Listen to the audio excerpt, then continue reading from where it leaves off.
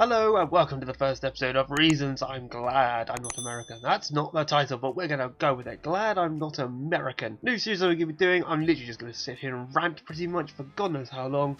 And I might have a couple of guests here and there, speakers. So if you want to get on the show, if you want to talk about being American, I just want to point this out first and foremost. I've got nothing against Americans. I've got nothing against them. It's your culture that sucks. It's your governing that sucks. There's so many things that suck about being American.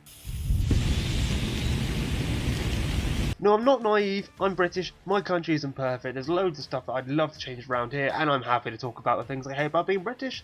But let's just crack on. Let's just get onto it. So obviously this was going to be something I was going to do.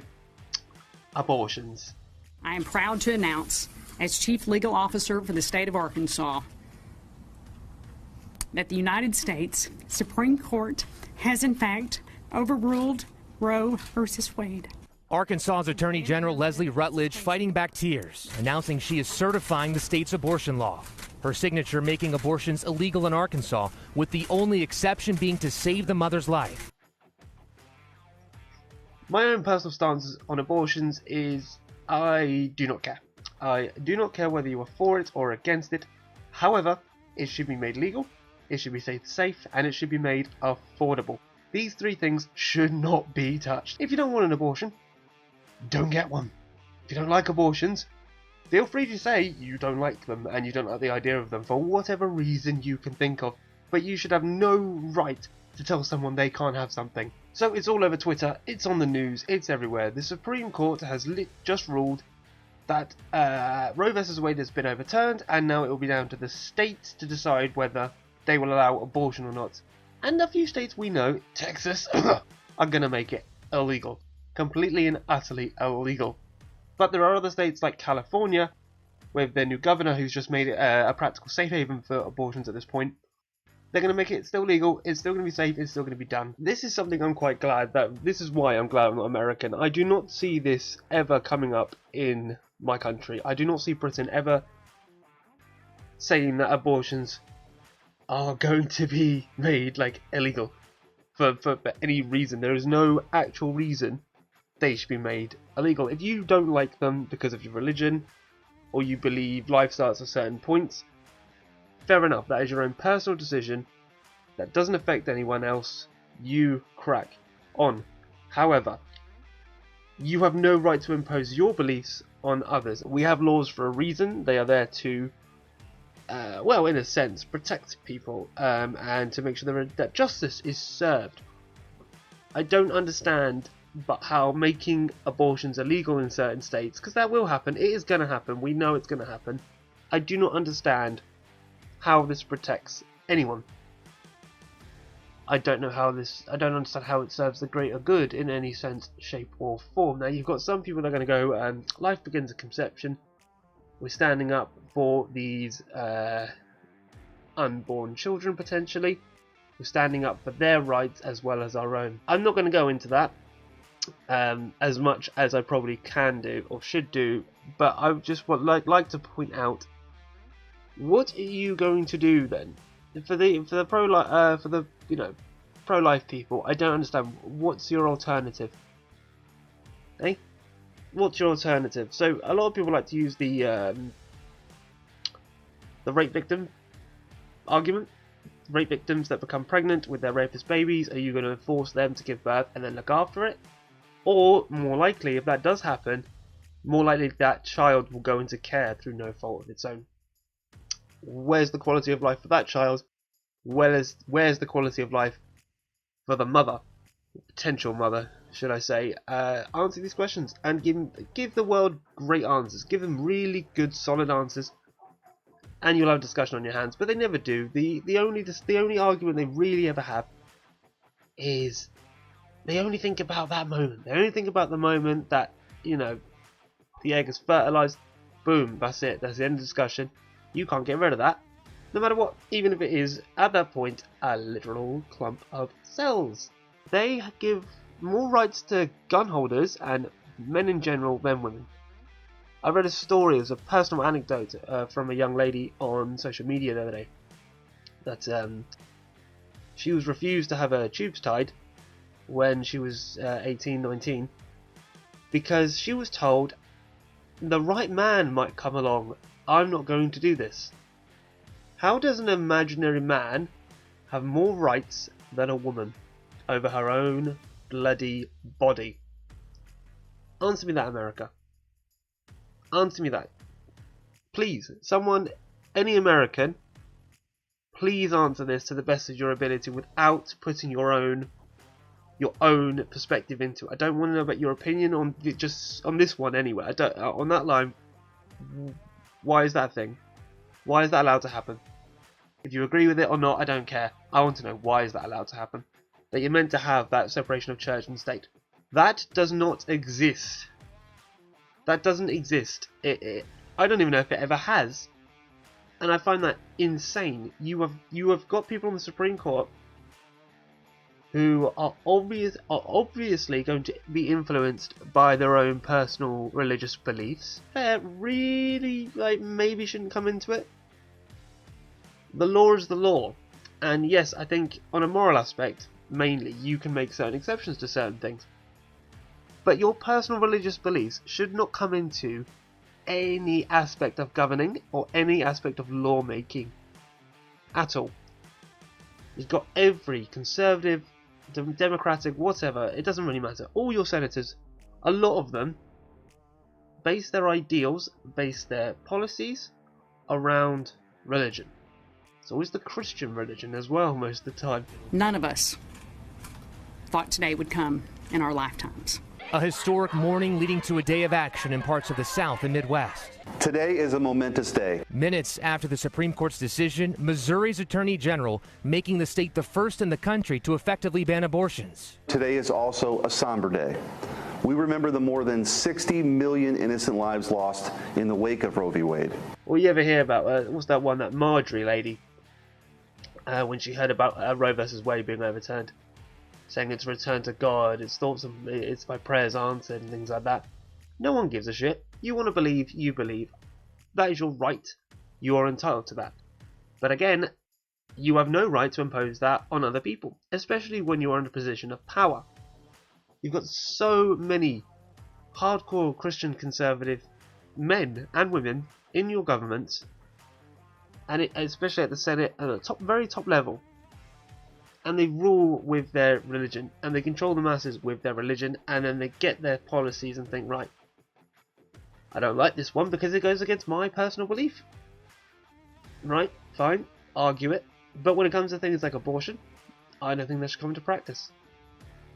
Because nowhere, it says every life is sacred in the Bible, but at the end of the day. The High Court's decision putting trigger laws in motion in states including Oklahoma. The most life-saving decision in the history of our nation. And Louisiana. If we don't respect the life of the defenseless unborn, how do we expect to respect the life of others who are born? Tennessee's abortion law goes into effect in 30 days. It's amazing that this day is here. In Mississippi, Roe v. Wade has been a terrible stain on our nation for too long.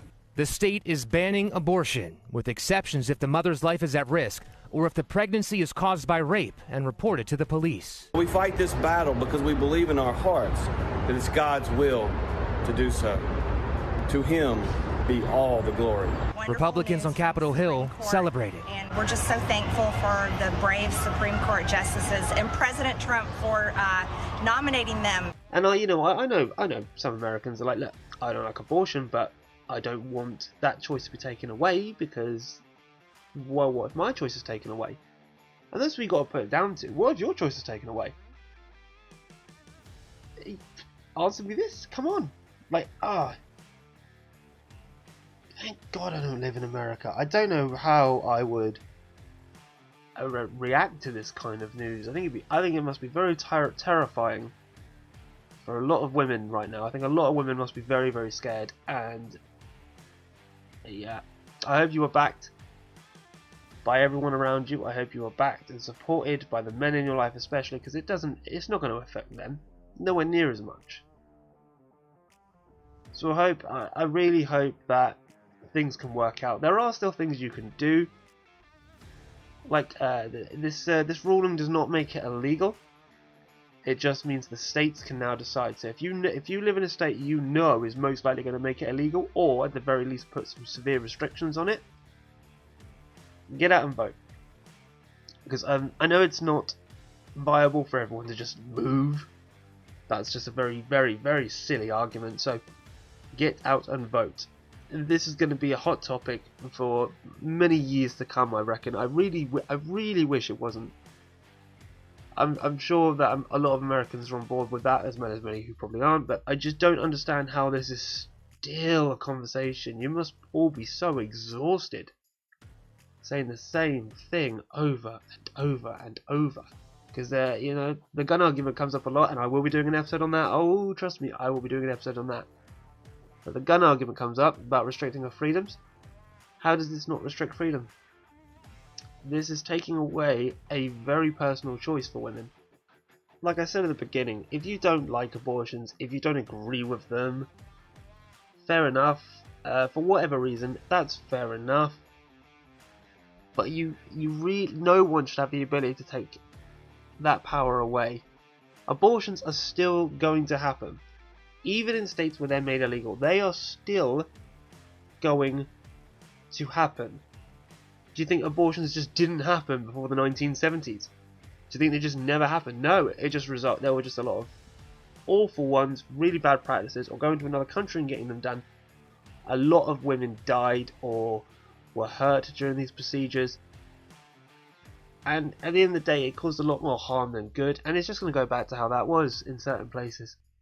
Like, there are certain states that are thinking about prosecuting women and doctors who go and get abortions, either out of state or in state, depending on what happens. And I think it was floated around a while ago. I'm not sure if this is genuine, so don't quote me on this, and do not take this as fact. Take it with a huge lump of salt. I read somewhere that in Texas particularly, they would consider death penalty sentences for women that went out of state and got abortions.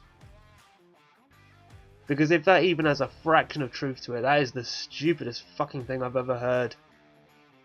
We value all life. All life is sacred. You had an abortion, we're going to kill you. You see how dumb that sounds? You see how ridiculous that sounds? That's why I say take it with a lump of salt, because even I don't think Texans are that dumb. They cannot be that stupid. They can't. To think that makes any sense. If you are worried about how this ruling of Roe vs. Wade is going to affect you, please make full use of the support system you have and start mobilizing. Start getting involved with groups. Maybe organize a few protests if you can. Get involved with other protests. Vote. Register to vote if you want to change things. That's the only way you can do it. Apart from a revolution, which I thought we all think from January 6th is a really, really bad idea. So I'm just going to leave this on a quick personal note to the Supreme Court justices that voted to overturn this ruling. Fuck you, fuck you, fuck you, fuck you, fuck you. Fuck you all. Genuinely, what you have done is, regardless of political beliefs, regardless of whether you agree with abortions or not, you have taken away freedom of choice, which I feel is very anti-American.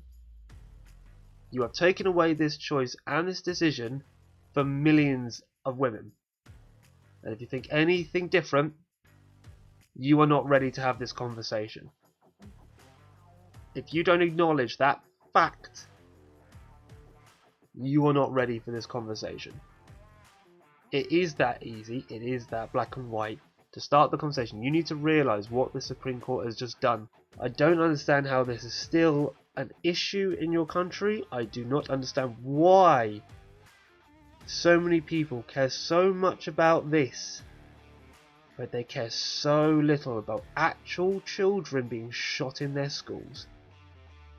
That's going to be the next episode of Glad I'm Not American. We're going to be talking about guns in America. Mainly the school shooting aspect, I imagine, and lack of background checks, things like that. If you have thoughts about abortion, guys, please do leave them in the comments. If you have an opinion about this ruling, please do leave it in the comments. I want everyone to be respectful and civil. We need to have conversations. We need to have conversations. If you share a different opinion of me, fantastic. Let's hear it in a structured way, calm and structured, and we can have a discussion. I'm always wanting to have a discussion. If you don't agree with the ruling, get out and vote and fight your butt off to change this. Ah, thank fuck I'm not American.